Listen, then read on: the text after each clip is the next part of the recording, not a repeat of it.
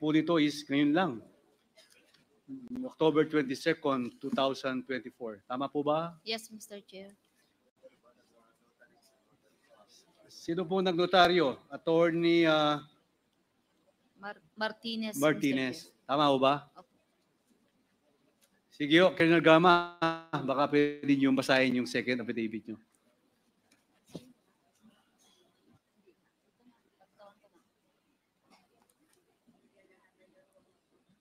Mr. Chair, can I skip on the first, second, and third? Yes, I'll proceed with para 5 po. Sige, okay. I became aware of the so-called Davao Death Squad through various sources. Pakilakas lang po, ma'am. I became aware of the so-called Davao Death Squad through various sources during my assignment in Davao. It was a common knowledge among officers that almost all station commanders had special teams designated for specific operations. Although I did not know the identities of this team, a culture of silence prevailed among police officers in Davao regarding such matters. My understanding of this operation was further solidified during my tenure as station commander of SASA and Santa Ana Police Station from 2012 to 2016. During this period, I witnessed the existence of a reward system. While I served as the station commander of SASA, I received a call from Lieutenant Colonel Padua, then the intelligence officer of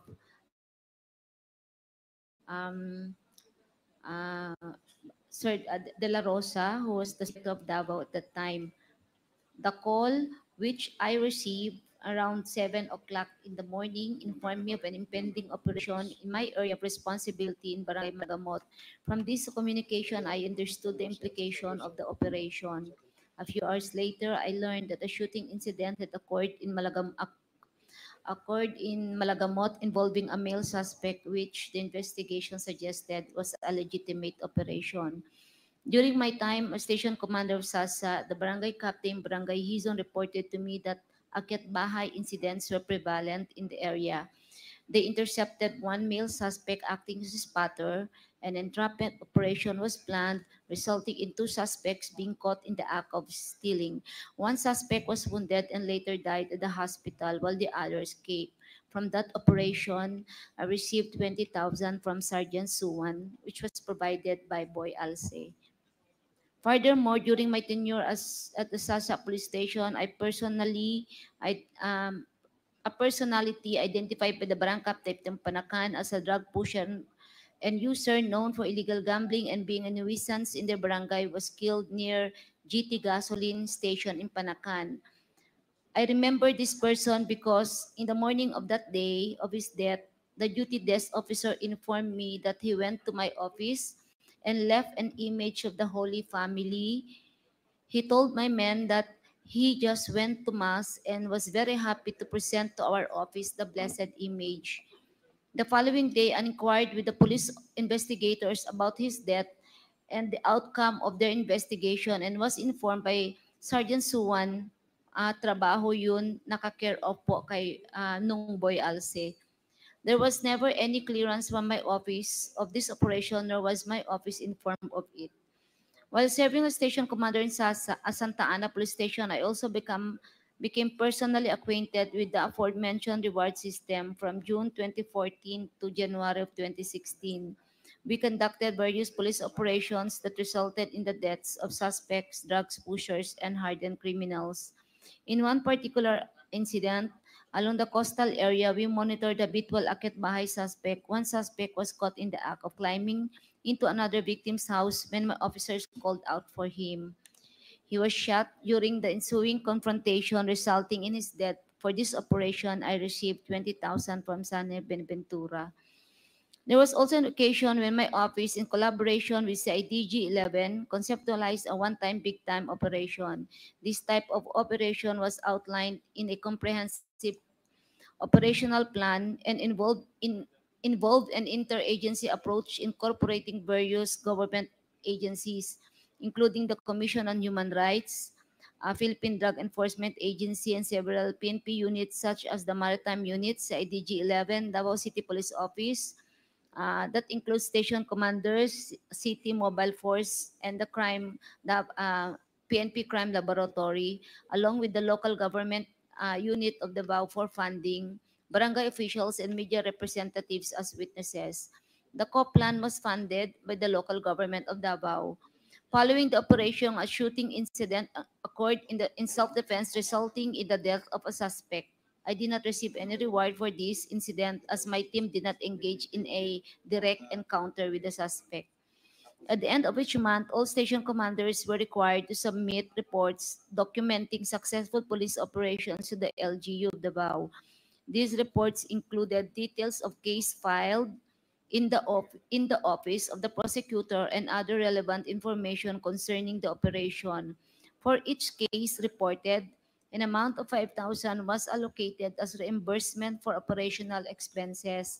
These expenses encompassed bypass money, meals, gasolines, and payment for agents. The disbursement of these funds occurred monthly through Irma Espina Akamuking, and we were required to sign documents acknowledging receipt of payment. For the death of suspect, Shani Benaventura provided direct payments of 20,000 to station commanders with no signed documentation required. Numerous other incidents resulting in deaths within Davao City occurred, of which I remained unaware until after the investigations were completed. A prevailing culture of silence was instilled among all station commanders and city directors. Your Honors, Mr. Chair. Salamat, Colonel Garma. Thank you, Mr. Chairman. Yes, please proceed. Maraming salamat, Madam Garma. I'd like to direct my questions to Colonel Leonardo. Colonel Leonardo, totoo ba na ikaw na-transfer from MPD to Region 11 Davao as Chief ng CIDG ng July 2016, Colonel? Correct, Mr. Chair. Colonel, ano kaya ang dahilan? Bakit inassign ka doon at sino ang nag-assign sa iyo doon? Mr. Chair, ang nag-assign po sa akin through memorandum orders, Mr. Chair, is Chief PNP Senator Bato de la Rosa, Mr. Chair. Noong panahon na yon, sino po ang Chief PNP? Si then Chief PNP Bato de la Rosa, Mr. Chair. Colonel, sa pagkakaalam ko, hindi basta-basta na ma-assign ka bigla sa isang malayong assignment. Kasi naman ng MPD, tapos nasa MPD ka, bigla kang nilagay sa Davao CIDG. Tama po ta, Colonel? Tama po, Mr. Chair. Paanong maaari ibig mong sabihin na na-transfer ka doon, Mr. Colonel? Meron pong order, Mr. Chair, direct from Chief National Headquarters, Mr. Chair, during that time. Ricardo, merong nakasulat dito na true shoot order kapag gusto ka ng Chief PNP, hindi ba? Ano po yung shoot order na yun? Shoot order po, direkta po, hindi na dadaan ng usual process, Mr. Chair. Nangyayari po yun, Mr. Chair. So, Colonel, ibig mo sabihin, malakas ka kay Chief PNP, Bato de la Rosa.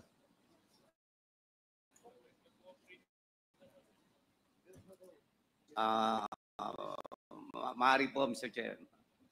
Very close ka ba kay Chief PNP, Colonel? Nagkasama po kami sa isang province at saka sa Davao City, Mr. Chair. Marami po kasi nagsasabi sa PNP na ikaw ang pinakamalakas kay Chief PNP. Totoo ba to? Ay, hindi naman po, Mr. Chair. Hindi lang po ako ang malapit po siguro, Mr. Chair. Ngayon, ilang taong ka na-assign sa CIDG 11? 4 years po ako doon, Mr. Chair. 4 years, Colonel. Di ba, dapat may clean na yung 1 year or 2 years. Pag sa kakalam ko, hindi pa pwedeng papalitan. Bakit more than 2 years yata yung pag-stay natin sa CIDG 11? Colonel? Basta hindi lang po ako nare-relieve, Mr. Chair. Naghihintay po ako kung i-relieve po ako, Mr. Chair. Hindi po ako nakatanggap ng orders. Hindi ka nakatanggap ng order para palitan ka na kahit naging 4 years ka na doon, Colonel? Opo, Mr. Chair. Colonel Leonardo, ngayon, di ba nagpatunay ito ng naiiba? Kasi matagal kang na-assign dyan sa CIDG 11. Ano ba ang dahilan? Bakit hindi ka po napapalitan?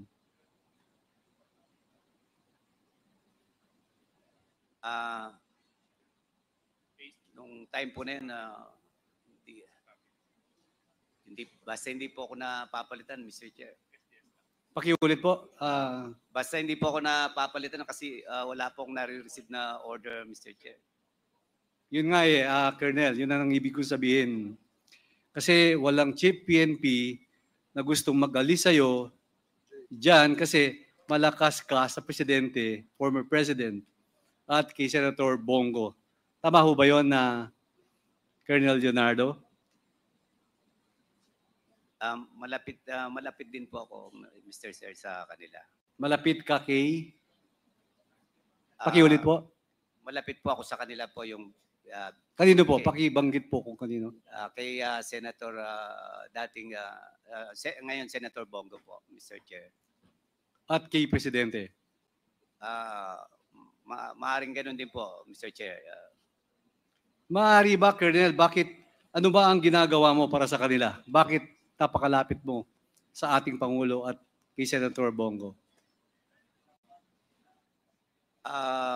Unang-una, Mr. Chair, si Senator Bongo po, na minsan nautusan din po ako nung time na yun, Mr. Chair. Kung ano po ang kailangan nila, kung kaya ko po, at concerning yung pong function ko as CIDG Regional Chief, Mr. Chair.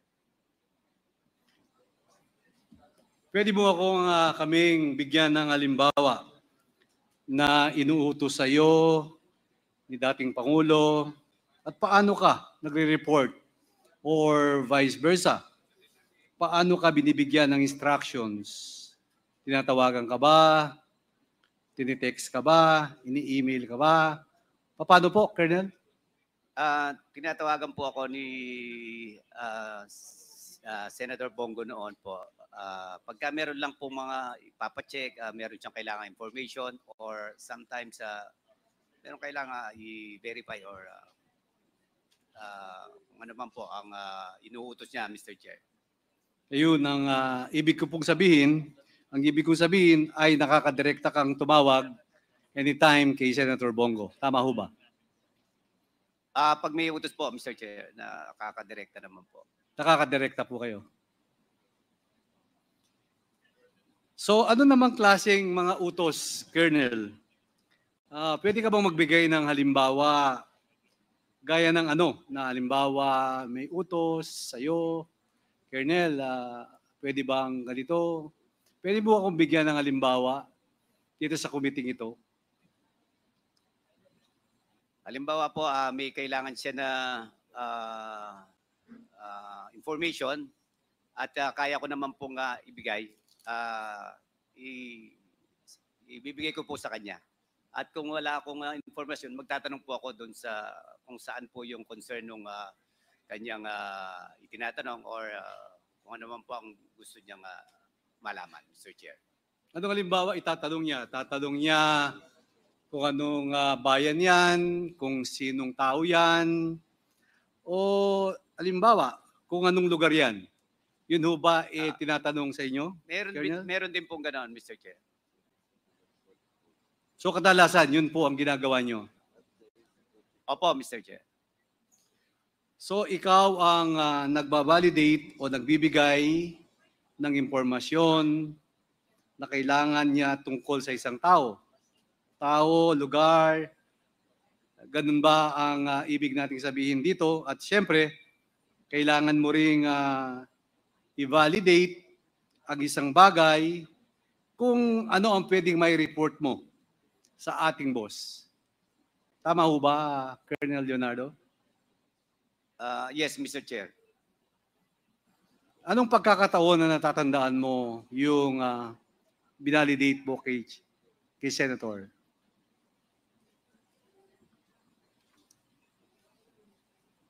May mga incident po na tinatanong niya kung halimbawa may insidente po silang dumating na report sa kanila, tapos yung insidente po na yun ay gusto niyang i-validate.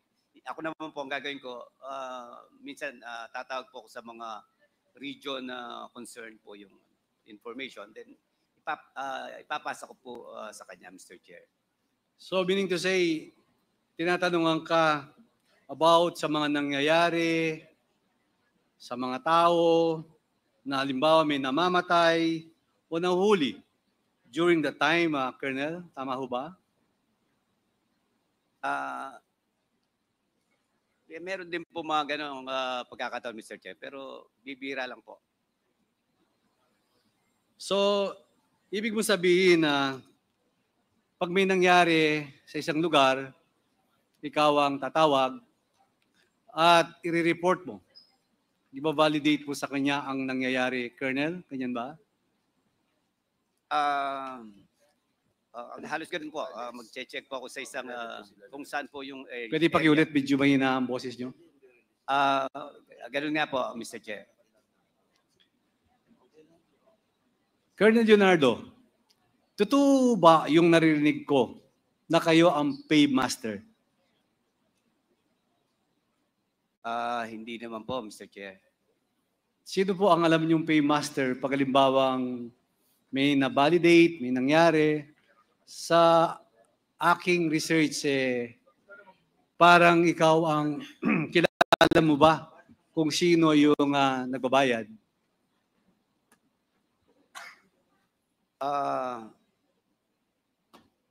Wala po akong personal knowledge, Mr. Chair, kung tungkol sa kung anong tinutukoy niya na magbabayad, Mr. Chair. So, Colonel Leonardo,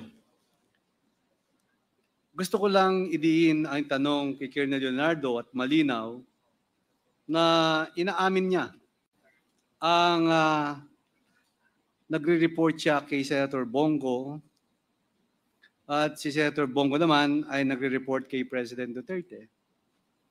So ibig lang sabihin, malinaw, ang plano na kaya dinala si Colonel Leonardo sa CIDG-11 ay para pakinabangan nila sa pagbibigay ng impormasyon o taga-validate ng mga impormasyon tungkol sa mga nangyayari noong implementasyon ng war on drugs ng past administration, ng Duterte administration.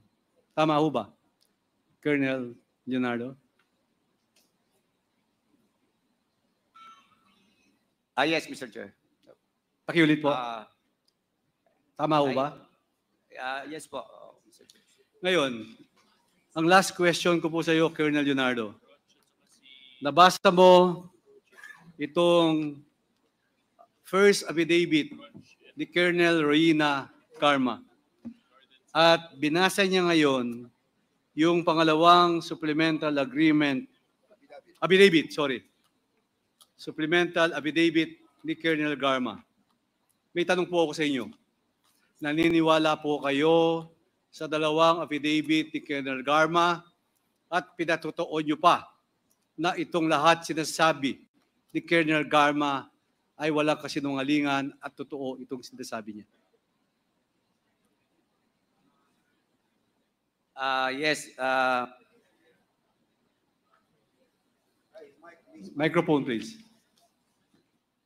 opo, Mr. Chair. Ito pong paragraph 14 po, Mr. Chair. So, pinatutuwanan mo lahat itong dalawang first affidavit and supplemental affidavit of Colonel Rohina Garma.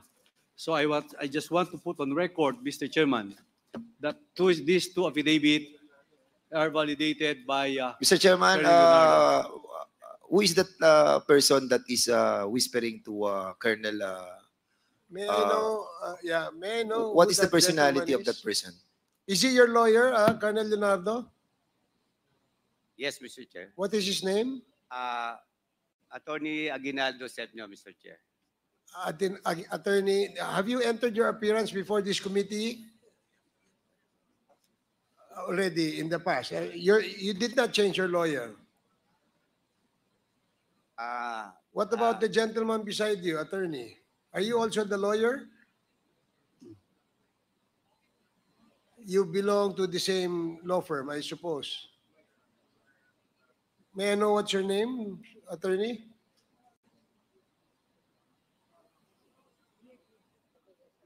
Good evening, Your Honors. My name is Attorney Andres P. Manuel Jr. Attorney Andres. Yes po. And did Colonel Leonardo engage your services? Yes, Your Honor. Is that correct, Colonel Leonardo? Yes, Mr. Chair. So you have two lawyers with you. Yes, Mr. Chair. Okay, sige, salamat. Please continue. So, yun lang yung aking huling katadungan na yung dalawang affidavit, pinatututo lang that the two affidavit of Colonel Garma are correct. Tama po lahat ito. Maraming salamat po, Mr. Chairman. Okay, thank you. Mr. Chair, Before, are you going to interpolate May I? Congressman Yes. Abante? Okay, Congressman Abante, and then Congressman Rog Gutierrez, and then Congressman Nordan Suwan. Please proceed, Congressman Abante. thank you, Mr. Chair. Colonel Leonardo, I just would like to make a premise of my argument to you, no? Kung maaari ka lang makinig, di ba? Narinig mo na ang ipinahayag ni Colonel Garma tungkol sa kanyang dalawang affidavit. Hindi ko na kinakailangan pang yan ay bigyan ng kaukulang pansin pa. Subalit, for the purpose of clarification, Mr. Chair, Colonel Leonardo, I just would like to make this manifestation before I would ask you a question. Sa wikang Tagalog, ito po ang sinasabi. Ayon sa testimony ni Colonel Garma, sinabi daw ni Presidente Duterte sa kanya na kailangan niya ng isang PNP officer or operative who is a member of the Iglesia ni Cristo, indicating that he needed someone of implementing the war on drugs on a national level, replicating the Davao model. Ang sabi niya, ikaw ay nakasama sa meeting na yan. Itong meeting na ito ay preparatory para sa war on drugs ni Pangulong Duterte. I would like you to know that me personally believe that drugs should not in any way be permeating in this nation. Palagay ko, naniniwala ka rin dyan, di ba? Naniniwala po ako dyan. I believe in the war on drugs. But what I do not believe is when you have to kill more than 20,000 people so that drugs can be stopped. And it did not even stop. Palagay ko, you being a religious person, Colonel Leonardo, naniniwala din po kayo na ayaw nyo ng maraming mga killings. Ano po? Oo. Yan din ang paniwala nyo, di ba? Alright. Ngayon, ito, ang sinabi ng ating Pangulo. Ikaw quote ko Hitler, I quote, Hitler massacred 3 million Jews. That is his quotation at one time. Eh, mali pa nga yung 3 million eh. It is 6 million.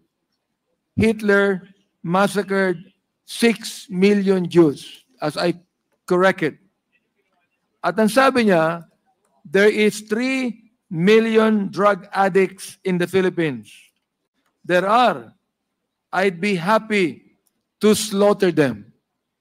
Palagay ko naman ay hindi ka naniniwala dito sa sinabi ng ating Pangulo na ayaw ko naman na matawag siya na siya ang Hitler ng Pilipinas. Bakit binanggit niya to eh? Am I right? O ito po. Ito na po ang question ko, and this will only be answerable yes or no. I am not going to ask any more explanation, Colonel Leonardo. Sagutin niyo lang ako ng yes or no. Doon sa dalawang affidavit ni Colonel Garma na nabasa mo at napakinggan mo, yan ba ay pinapaniwalaan mo? Yes or no? Yes, Mr. Chair. Okay. Pangalawang tanong, also answer by yes or no. Naniniwala ka ba na merong reward system? Yes or no? May narinig ako, yes, Mr. Chair. No. Yes or no lang. Naniniwala ka ba na merong reward system? Yes or no? Yes, Mr. Chair. Okay. Yun lang po ang gusto ko. I rest my case, Mr. Chairman. Sinagot na po ni Colonel Leonardo ang aking mahalagang katanungan. Thank you. Okay, thank you, Congressman Abante. The next interpellator is Congressman Rog Gutierrez. You are Thank you. recognized. Thank you, Mr. Chair. Mr. Chair, konting katanungan lang po kay Colonel Leonardo. Colonel Leonardo, good evening po, Mr. Chair. Alam ko po, some of these questions were already asked earlier, but given the context of the new affidavit of Ms. Garma, we thought we'd ask you again po, no? So, Colonel Leonardo, can you tell us again, I believe this was asked by Chairman Dan Fernandez earlier. According to the affidavit of Colonel Garma, kayo po ay tinap ng former president to form a special team, no, to replicate the Davao template. Do you confirm this, Mr. Chair? Yes, Mr. Chair.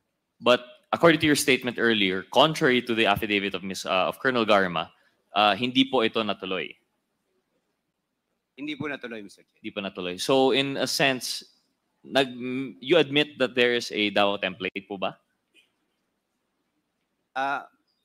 Meron po, Mr. Chair, yung ano nga po, Tokhang, Mr. Chair. Okay. So Tokhang, meron pong Davao template and you were tasked with replicating it nationwide. Nabanggit po ninyo na yung original tasking for supposedly yung task force is to replicate it Luzon, Visayas, Mindanao. Tama po ba to? Initially po, nagplano nga pong gano'n, Mr. Chair, yung sa task force, na hindi naman po natuloy, Mr. Hindi natuloy kasi na-operationalize yung drug war through Operation Double Barrel, Opland Double Barrel. Tama po ba? Tama po, Mr. Chair. But despite the existence of Opland Double Barrel, nag-continue pa rin po ba yung inyong task force in some other capacity? Hindi na po, Mr. Chair. Nag-follow po kami kung ano yung national implementation nung double barrel, Mr. Chair. So you were now operating within the terms of Opland Double Barrel. But after that po, no, kasi naalala po natin, nabanggit po sa affidavit ni Colonel Garma, yung meeting po ninyo, which you did not deny, between Class 96 and 97, nangyari sometime in May 2016, just after the victory of the incoming administration, but before taking oath noong June 30, tama po ba? Actually, parang last week po ng June, Mr. Chair. Last week of June pala, sorry. So the last week of June, but before assumption po ng administration. Yes po, Mr. Chair. Ang nabanggit po sa affidavit ni ni Colonel Garma na meron po kayo you were already tapped for this task force. May nabanggit na po sanang operational ideas kayo. But after the meeting noong June 2016, may mga pagbabago. Ito na po ba yung sinabi mong hindi natuloy or more on mga operational changes lang po ito? Yan na po yun, Mr. Chair, hindi na po yun natuloy. Hindi natuloy. But despite that, Mr. Chair, Colonel Leonardo, shortly after, 1 week after assumption of office of the new administration, nalipat na po kayo sa CIDG 11. Tama po ba? Tama po, Mr. Chair. So kayo po ay naging regional chief for CIDG. Tama po, Mr. Chair. And I believe natanong na po ito dati, pero as CIDG chief, you would only report to either the chief PNP or the regional director. Tama po ba? Pakiulit po, Mr. Chair, na Opo. ano po ako. As chief ng regional CIDG, you would only report to 1, your chief PNP, and 2, yung regional director po ninyo. Tama po ba? Tama po, Mr. Chair. But aside from this, you still have admitted before that you have a personal relation with both with the former president. Tama po ba? Personally, magkakilala po kami, Mr. Chair. But of course, tinap na po kayo for the supposed task force. Kahit hindi natuloy, nagkaroon po kayo ng meeting sa Mandalay Hotel po ba yun? Sa ano po, Panakan po, Mr. Chair. I'm sorry. Panakan po, Panakan, Davao City, Mr. Chair. So nagka-meeting po kayo. So you're in a familiar terms with the former president. Nagkaroon po kami ng, na-meet lang namin siya, Mr. Chair. Okay. At dahil courtesy call po yun, Mr. Chair.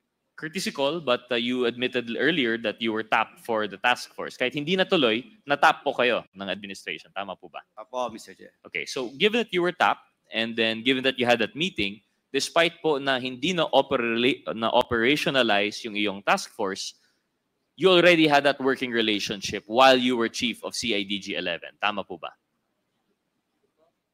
Tama po, Mr. Chair. So given that you were already, although again, you were tapped, hindi nag-operationalize yung task force, but since you have that personal relation, would at times the president contact you during your stint as CIDG 11 chief? Hindi po si former president kumokontak sa akin, Mr. Chair, pag may kailangan sila. Then Sap Bongo, Mr. Chair. So si Special Assistant to the President, Bongo, yung nagko-contact po sa inyo. Opo, Mr. Chair, pagka may kailangan lang po. And aside from Sap Bongo, as you mentioned earlier, si Chief PNP Bato de la Rosa would also contact you. Tama po ba? Or for any concerns of the President, talagang kay Sap Bongo lang po yan? Kay Sap Bongo lang po, Mr. Chair. Okay. Just to clarify also, kapag may concerns yung Presidente, minsan dumadaan po ba ito sa regional chief ninyo sa PNP? Or talagang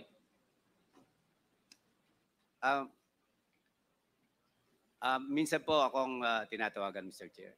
minsan po tinatawagan. Pero if the President would not course any instructions to the Chief PNP, it's unlikely that the President will course instructions through your regional chief. And what you've admitted just now po, Colonel Leonardo, is that usually through SAP Bongo po yung mga instructions. Now, Mr. Chair, most respectfully, Colonel Leonardo, what kind of instructions po ang dinadaan po through SAP Bongo? Kung meron lang po siyang gustong itanong, malaman ng mga information, Mr. Chair, minsan po ako po ang nautusan nanghihingi ng information sa akin, Mr. Chair. And yung information po na hiningi nila, this is purely confined to Region 11 matters that would concern the CIDG 11. Is that correct? Usually, tungkol sa Region 11 po, Mr. Chair. Usually, pero would they ask you concerns, let's say, regarding Luzon, regarding Visayas, or other regions of Mindanao? Meron din po, pero bihira lang po, Mr. Chair. Bakit kaya po tinatanong, why would they be asking you if you are CIDG 11 chief, but they would ask you for information other places? Would this somehow be related with the fact na kayo nga po ang tinap for the operationalization of the drug war task force? Hindi naman po, Mr. Chair. Actually, they can go straight to the Chief PNP, Mr. Chair. But there are instances, Mr. Chair, na kung kaya naman sa level ko lang po, minsan ako na po nautusan just to check, Mr. Chair, or just to give them information. Kung ano po yung inuutos, Mr. Chair. Mr. Chair, in your experience po in your many years in the PNP, is it normal for the president to contact a regional head? Isn't it usually for any concerns that they would have? Sa chief PNP po, tinatanong. It's not the president who's contacting me, Mr. Chair. It was only then Sap Bongo, Mr. Chair. Sorry, just to clarify, Colonel Leonardo, but you mentioned that Sap Bongo would contact you on behalf of the president. Or you have no way to confirm? Well, I believe, Mr. Chair, may direct contact po siya kay President, Mr. Chair. Opo. So it would be understandable kasi po siya ay special assistant to the president. So any concerns coming from him would naturally flow from Malacanang. So you would assume that it's from the president. So forgive me for the semantics when I mentioned earlier that the president would contact you, but to be technically, to be specific, as you said, so it would be Sap Bongo who would contact you for concerns that may involve the president. Tama po ba? For concerns that he wanted to know about, Mr. Chair. Okay. And generally, Colonel Leonardo, through the chair, most respectfully, these are drug war-related concerns? Meron din pong mga information na gano'n, Mr. Chair. Mr. Chair, just to clarify po, no, kasi nabanggit nga rin naman ni Chair Bante. So you believe that there is a payment and reward scheme. Tama po ba? Naririnig ko lang po, Mr. Chair. Narinig mo. Have there been any instances when you have been contacted by the leaders? In this case, sabi niyo po, si Sap Bongo, did he ask you to verify anything in relation to either the drug list or a payment of reward scheme? Meron pong tinatanong sa akin na information about yung mga nasa list. Ako naman po, tatanong po ako sa PNP, Mr. Chair. Pero doon po sa reward, hindi po ako natanong tungkol doon, Mr. Chair. Nabanggit po earlier, I think it was Congressman Pimentel who was asking you about a certain list of names that were mentioned in the affidavit of Ms. Garma. Nabanggit po dito yung the likes of Romel Bactap, Rodel Serbo, Michael Palma, Lester Berganio, and Peter Parungo. And you confirmed knowing them. Tama po ba, Mr. Yes, Chair? Mr. Chair. But you deny that this was the team that you tapped even for your temporary task force? Or do you admit na sila nga po ang kinontak ninyo? Actually, they were part of the plan, but it did not happen, Mr. Chair. Okay, so they were part of the plan. And when... Yes, Mr. Yes. Chair. Some of them, not all of them, because the other two are just striker, Mr. Chair. Strikers. Civilian. And you admit to having contacted them because they were part of the plan in which you were going to know. So this corroborates the affidavit of Ms. Garma. However, you deny that this was operationalized. You mentioned that upon the assumption of the administration and the operationalization of Oplan Tokhang, hindi po ito natuloy. But how do we account for the fact that Ms. Garma was able to identify them po? Did you at any time inform Ms. Garma of these so-called picks of yours for your team? I confirm that I actually invited her to join the proposed team, Mr. Chair, but she declined. Okay, so when you invited her for the proposed team, that's the time that you mentioned to Colonel Garma na ito po ang mga pinili ko nyo for the team, and then ganito yung magiging operational protocol po ninyo, etc., etc. Is that a one-time communication that you had with Colonel Garma when you relayed such to her? We did not discuss the details, Mr. Chair. But you discussed the members of the team. Kaya nga nabanggit ni Colonel Garma sa kanyang affidavit, itong members na to. Yeah, we did not discuss. Perhaps he took it from other source, Mr. Chair. Well, we will have to accept that as your answer, but it should be noted by this committee that these were actually in the affidavit of Colonel Garma. She specifically mentioned in paragraph 22 that Leonardo informed me that he had recalled several trusted personnel. So on the one hand, we have Colonel Leonardo saying that Colonel Garma got this information through other sources, but on the other hand, we have Colonel Garma confirming that it was Leonardo who informed her. But in either case, it is corroborated that these members, these names that were mentioned, were in fact picked by Colonel Leonardo. That's just a manifestation, Mr. Chair, for consideration of the truthfulness and the totality of the affidavit of Ms. Garma. So in addition to that, it was also mentioned here, Colonel Leonardo, in paragraph 23, that you conveyed to her that the task force would be structured differently and that he submitted a document to Bongo detailing the task force's operations, including an overview of the current drug landscape in the Philippines. Mr. Chair, Colonel Leonardo, do you confirm this portion, that you submitted a plan to SAP Bongo? Or at the time, hindi pa po siya SAP, I think. We did not submit any proposal, Mr. Chair. So It was you, just a plan, Mr. Chair. oh yun, not a proposal, but there was a plan. And did you submit this, you indeed submitted this plan to the higher authorities? We weren't able to do so, Mr. Chair, because there was this there was a plan already for the PNP, Mr. Chair. The plan for the PNP that existed prior to the assumption of the administration, tama po ba? Because at the time that you had this meeting in June 2016, hindi pa po nakakaupo yung presidente, tama po?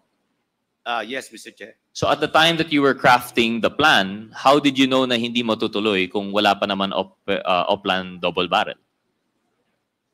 Meron na pong plano yung sa double barrel, Mr. Chair, prior pag-upo.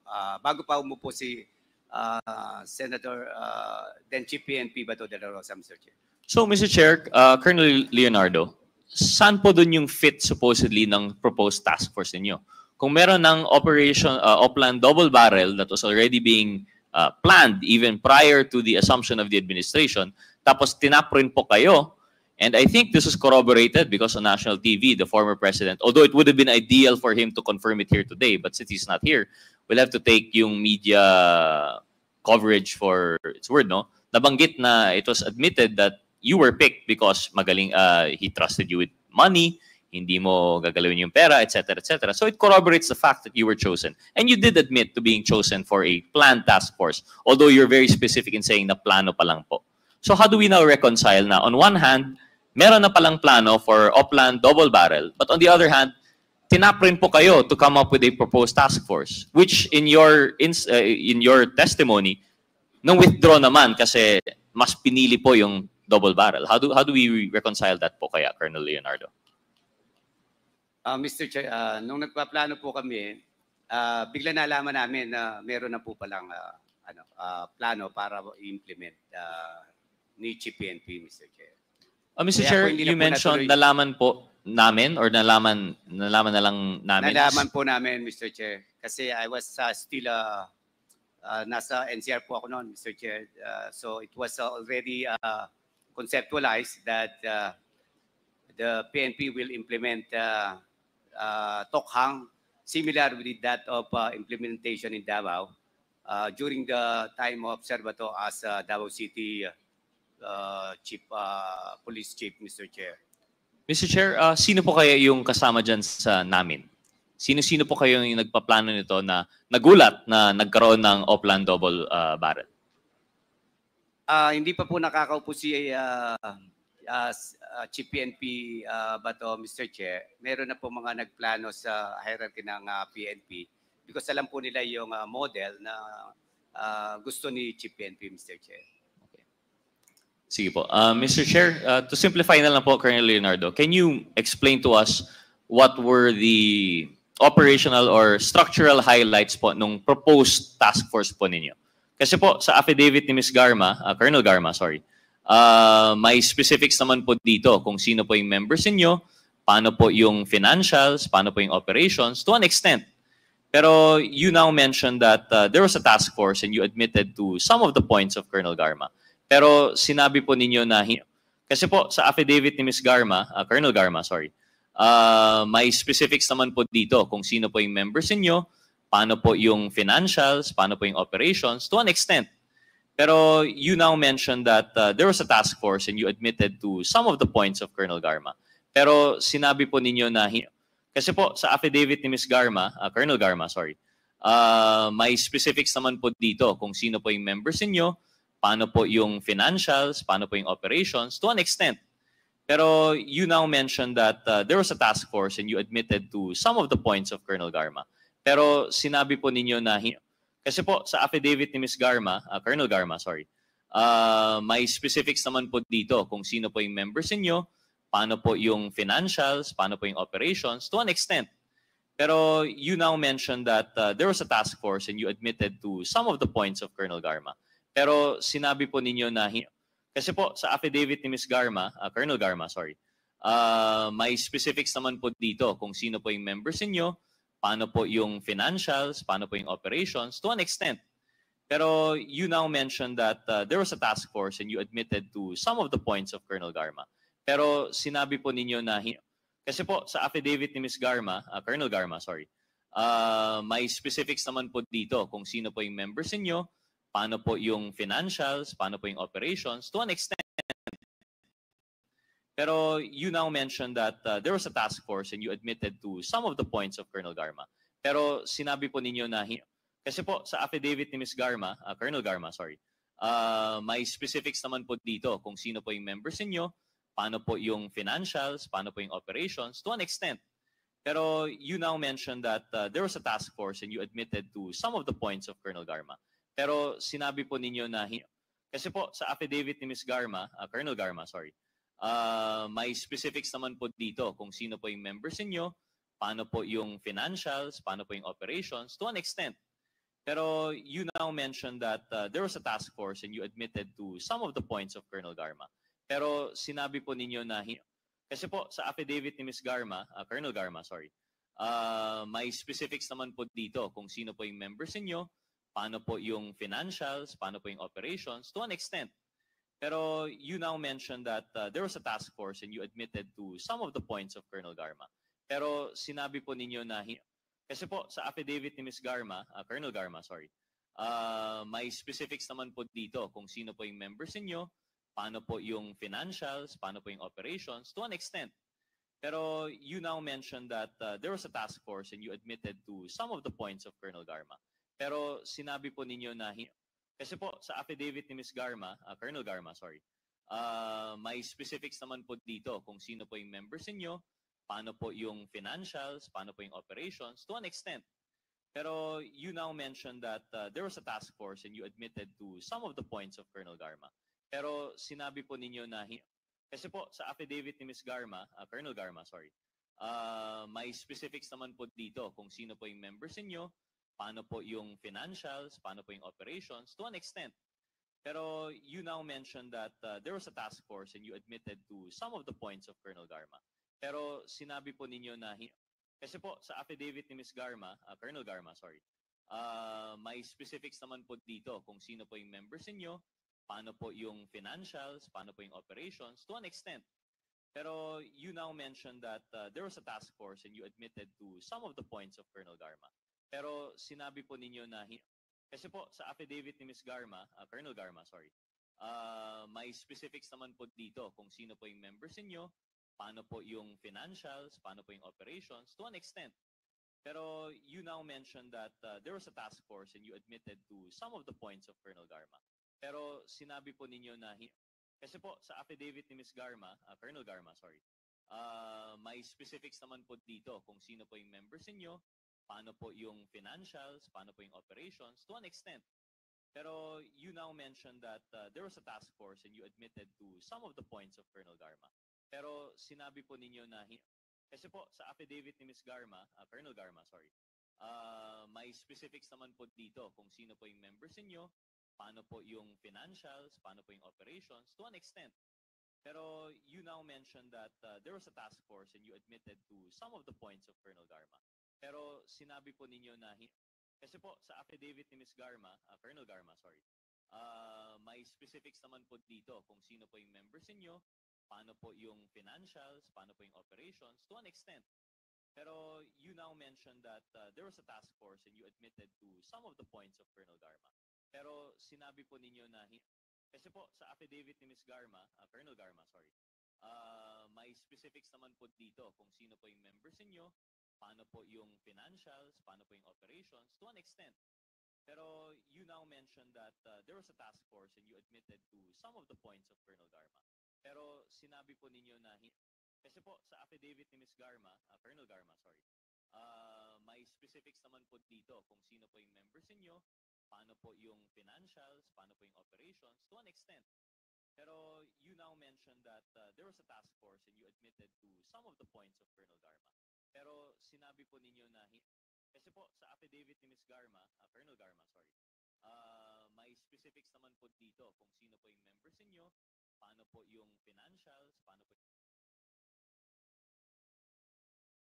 note of is that although Colonel Leonardo mentioned that the task force did not push through, despite his being a regional chief for CIDG 11, he was still contacted for other matters despite upon assumption of the administration. Kahit na po siya ay CIDG 11 chief, he was still contacted by SAP Bongo for concerns that might be outside of CIDG 11. These are some things we might have to consider, Mr. Chair, as we push through with this inquiry. Anyway, with that, I'll be concluding.